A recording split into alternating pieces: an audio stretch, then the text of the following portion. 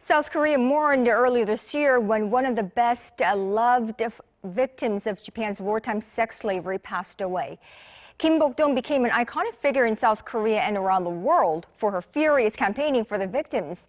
Now her legacy will live on as a film about her life and her efforts to bring the victims justice, which will hit the cinema screens next week. We'd like to call them survivors. Soo-young has the details. 27 years of fighting for justice after being systematically raped by Japanese soldiers from the age of 14. Kim Bok-dong passed away earlier this year at the age of 92 without the apology or redress she hoped to see from the Japanese government. But her story doesn't end with her death. Her mission lives on. We can forgive them if they say sorry or forgive us. Then we would be able to forgive them.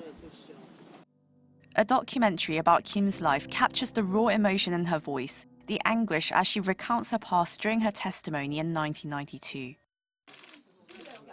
She was one of the first so-called comfort women to speak out about the Japanese Imperial Army's wartime sexual enslavement of Korean girls.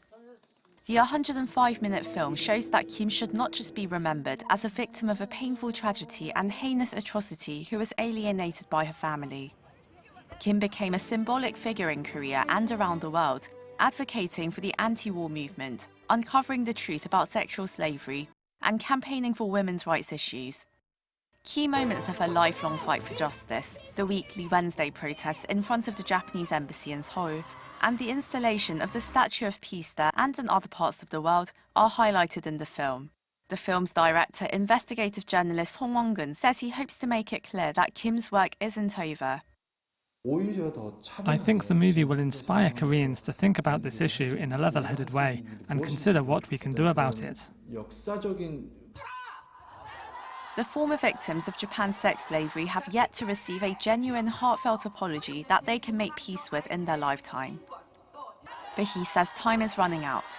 Only 21 Korean victims are still alive, as most of them have already passed away. The film will hit the big screen on August 8th. Soo-young, Arirang News.